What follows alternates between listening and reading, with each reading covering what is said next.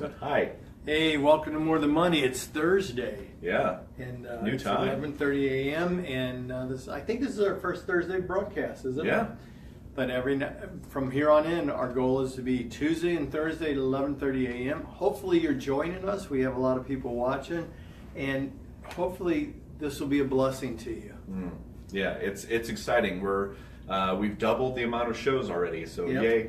Double the amount of everything financial from a biblical point of view. Exactly. And there's several ways that you can get a hold of us, whether or not on the show or throughout the week. You can, obviously you can message us on here live and we can answer your questions. That's true. If not, you can email us during the week, contact@mtmministry.com. You can also text us, 314-384-8438. I love that number. And there's a lot of ways to get a hold of us, but one of my absolute favorites is you can call us. We want to talk to you. We want to get to know you. So call us here at More Than Money Ministries, 314-212-1405. We would love to talk to you. Excellent. Yeah. I had a good announcement. I just finalized the deal last night. My book will be out in 45 days. Yeah, that's exciting. And the final title hasn't been decided, but Okay. the whole book is about how Christians can invest with biblical integrity. And I'm looking forward to it being out. And if you'd like a copy, all you have to do is email me. Yeah. Email us at contact@mtmministry.com. Yeah. Right. See, and I like what Mark said, how Christians can invest with biblical integrity. Yeah, we always think that out there... No compromise on Yeah. values or returns. Yeah, we always think that that option is taken away from us, and it's not. Yeah. So, Yeah. well, one of the things that we want to do, a little bit of recap for Tuesday's show. Okay. We talked a little bit about the different types of retirement plans, the benefits of some of them, the taxes and the age limits and things like that. Your favorite, the Roth. Yeah. But one of the things that we didn't really hit on is, I guess, how much you'll actually need, or how to properly fund your financial future. There you go. So. Well, it's a real easy question. You just have to answer one or two simple questions like, what's the future hold for you? Hopefully a long, long life. Okay. And what is money going to be worth in the future? And what are the taxes going to be? I always hope it's the same amount. And what kind of lifestyle do you want to retire? So for everybody, the bottom line is, for everybody it's going to be a little bit different. God tells us that He's a light at our feet. He doesn't show us the future, He shows us the next step or two. Okay? We have to keep that in mind. Nobody can predict the future. I remember there was a time in my life where it's like, oh my gosh, nobody will ever be able to buy a house again because interest rates on mortgages were in the teens, the high teens at one point. Okay, wow. So because inflation was so bad. And now interest rates on mortgages are down in the low single digits, and that's incredible. So nobody can predict the future, and every financial plan that tries to is wrong immediately. However, it doesn't hurt. God tells us the plan. A man makes his plans, but God directs his steps. God tells us in Proverbs the plan. He wants us to think this through, to do the best we can. And I'm not trying to minimize what you'll need for retirement, but I will tell you there are certain stumbling blocks that most financial plans do not consider. I call them stealth risks. Stealth risks and myths on retirement. And I'd like to talk about a couple of those today, because really the best plan to get to have a great retirement is do the best you can as often as you can on saving and investing. Don't hoard. Remember, God has blessed you with this for your life and to be a conduit of those to others. But God will allow you to prepare for future things. And sometimes He'll say, all that money you put away, I need you to use it now to help this lady over here or to do this. But do the best you can as long and often as you can, and trust in the Lord. And a lot of people are going, that's so silly to hear. But if you meditate on that a little bit, you might find that there's some wisdom there. Well, and why can it not be that simple sometimes. Well, it is that simple because everybody's lifestyle is different. Missionary lifestyle is different than the president of a corporation, different than somebody who's a mid-level manager, somebody who has their own business. It's all different for everyone. Many people have their business to sell for their retirements when they get there, Lord willing. Yeah. Other people have, 401ks and stock options they use. So it's different for everybody. Are you going to downsize or upsize your lifestyle when you retire? And that's one of the myths I want to talk about, is that the myth of you're going to retire to a lower tax bracket, therefore defer your taxes to the future. Now, let me ask a few questions, and I think that'll help hit this home here, nail it in a little bit.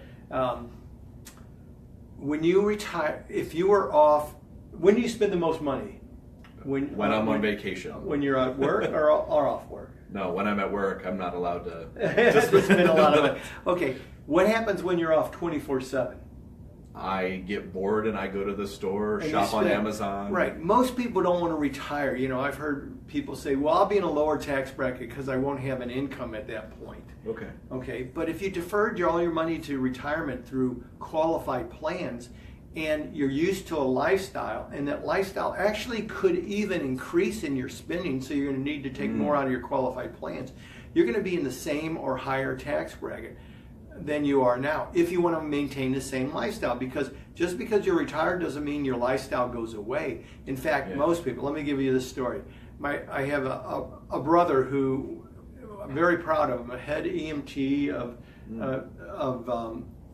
the fire district here. And he's retired now.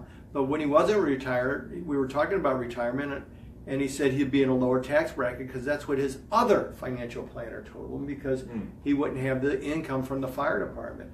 I said, well, Phil, when do you spend the most money?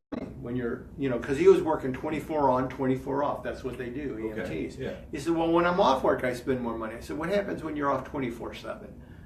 He says, yeah, I get it. So the point was that he wasn't going to reduce his lifestyle when he retired. He wanted to enjoy it more, do more things. He was talking about building some outbuildings and buying a bobcat and doing all sorts of stuff on his property. So the point is that nobody hopes for a lesser lifestyle in the future, or very few people. So let's just assume that your desire is the same or better lifestyle in the future, and as such, if tax brackets didn't change, you'd be in the same tax bracket. So that's the myth of retirement, is that you're going to be in a lower tax bracket. It's the curse if you are. Hopefully you're not. Nobody should hope to be in the lower. Now, can tax brackets change? Of course they do. And everybody's looking at this current environment with the administration we have in that has been touting that they're going to lower taxes, which may be true, but it isn't that much if you really look at what they're talking about. And our government couldn't, you're not going to go down to the lowest tax bracket where you're only paying, 5 or 10%. You're going to maintain your current, or even worse. That's for a lot of people.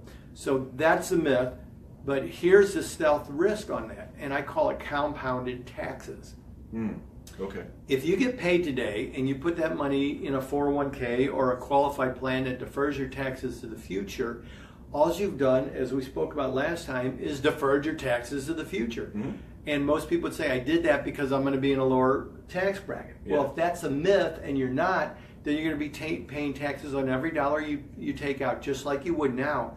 But the problem is you could have paid the tax today and grown a portion of that money, if not all of it, tax-free by using a Roth IRA. Okay. So that's why I like the Roth IRA. It grows tax-free for people who save it up for retirement, you see. So, think about this. If you put money away, you put $1 away and your current tax bracket is effectively 25%, and you defer it to the future, and in the future we keep running up debt and everything, and tax brackets are the same or higher, that dollar you put in there, let's say for ease of conversation it grows to $100.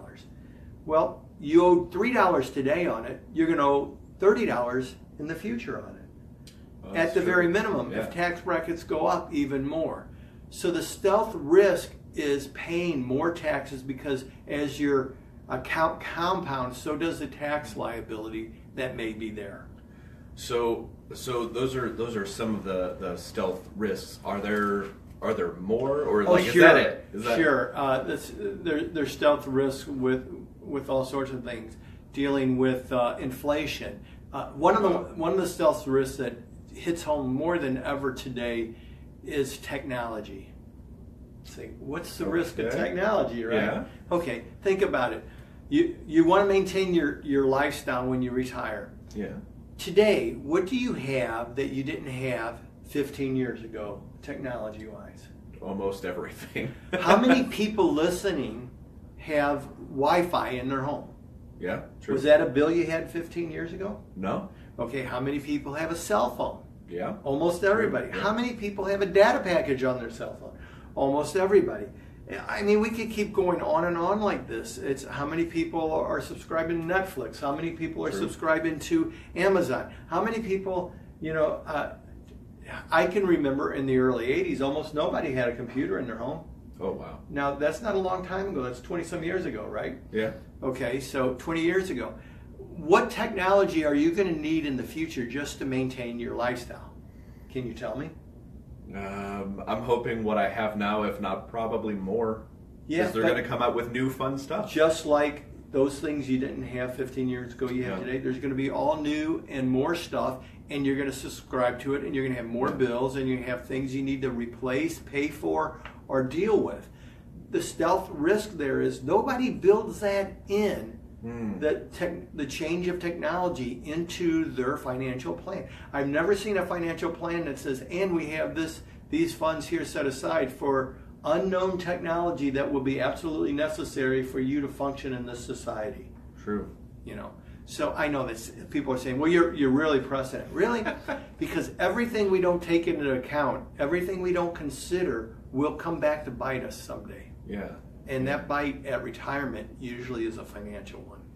Wow. So let me ask you this. So with all the technology and all the financial planning for the future, for people listening, if they could take away one thing from this, for planning for their financial future, what would you tell them? I'd like two things. Two things. Okay. That's One is do the best you can continuously.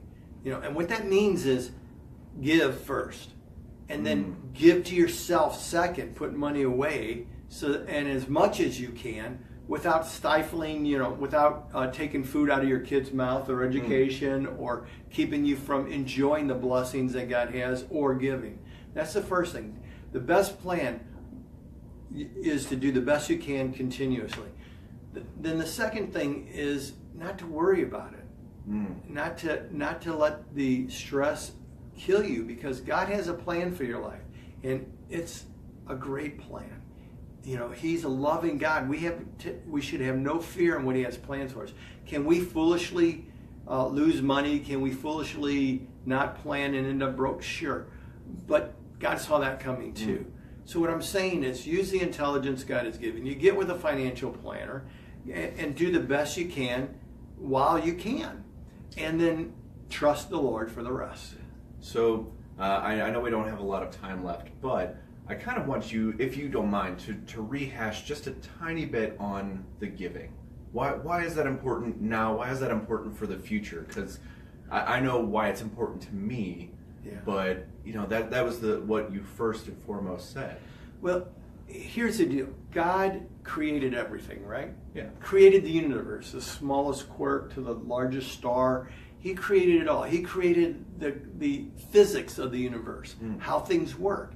That includes financial physics, how finance works. And in that, He built into it a blessing to us called giving. In the Old Testament, it was called tithing. In the New Testament, it's called giving. And He realized that we needed to understand that He is God and we can trust Him. And we need to do that with our finances as well as other things. God doesn't need our money. You've heard that before.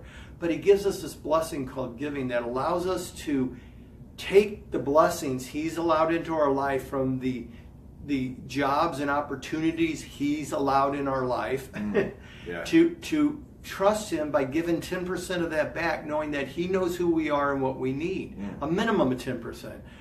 In the New Testament, it's give hilariously, and he wants you to give with a joyful heart.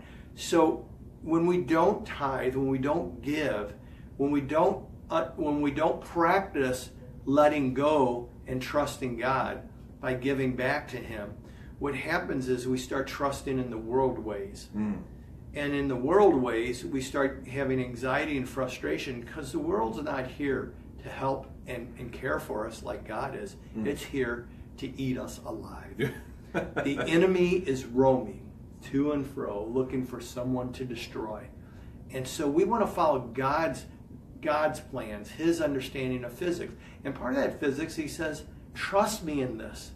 Trust me in this. Give. And see if you're not taken care of, if it's not returned, even more so. And so we learn to trust God more, which brings peace. We also follow God's way. And by the way, there's other verses I'd like to talk about, but I've never met anybody who wasn't given, who claimed to be a Christian, actually, or non-Christian, who wasn't given and didn't know it. Not to a church, but somewhere. Most people don't even understand or know where 20 to 30% of their income goes to. Yeah. Well, it's going to the world in one way or another, and you're not getting any joy, peace, or understanding out of it. When you give, you start learning how God's economies work, and you start realizing more joy, more peace, and you start realizing the financial blessings God has given you. Yeah. Well, thank you, Mark, for all of your wisdom. And one of the things that I want to do is remind you guys that we have our website up and running now. Yeah. And I like it a lot. mtmministries.com. Make sure you go there, contact us. We want to hear from you. And go out to MTM Ministries on Facebook also. Yeah. I'd love to hear from you there. Like the page, follow us. Let's build it up, and let's reach the world and help more and more people realize that life is so much more than money. God bless everyone.